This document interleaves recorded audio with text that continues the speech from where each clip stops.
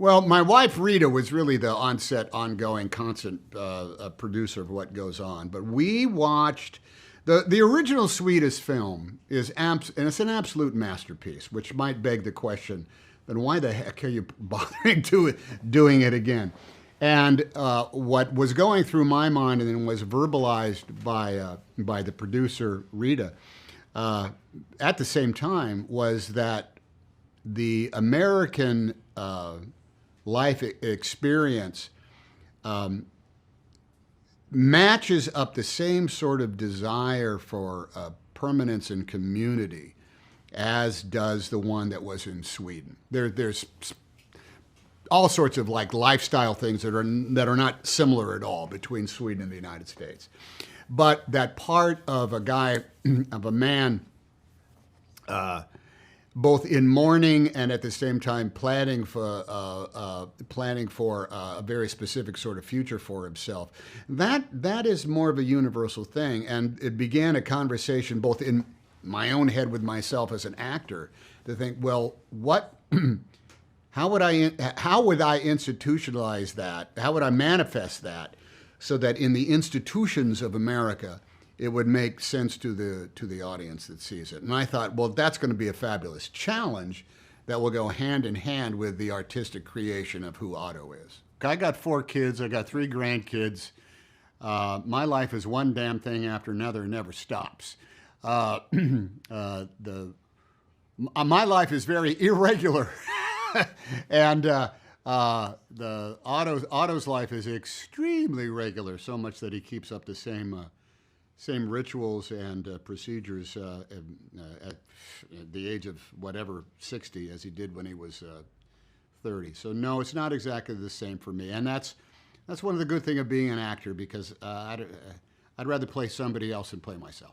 There was, I can't say, I mean, there's individual moments of I wouldn't necessarily call it improvisation, but you have to make it real in the moment.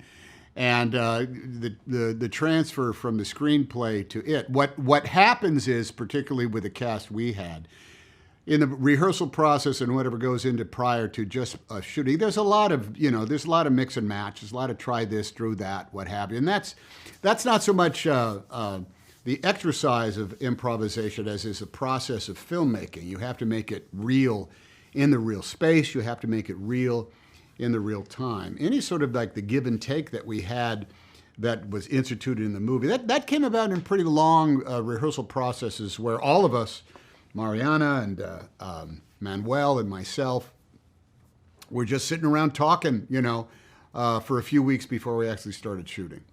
No, pues increíble. He tenido la suerte de ser mi segunda película con Tom. Y nada, lo disfruto, perdón, inmensamente. Tom es un actor no nomás talentosísimo, pero lo platicamos Mariana y yo, que como persona, sí, la humildad, el profesionalismo que tiene, sí, cómo se acerca a los personajes, cómo se acerca en el set, y creo que él lleva la batuta de cómo es la energía, ¿no? en todo el set, y yo creo que por eso también la disfrutamos tanto, ¿no? Porque, no sé, se respiraba como un ambiente pues lindo, ¿no? Que va muy acorde con la película, con la historia. Así es.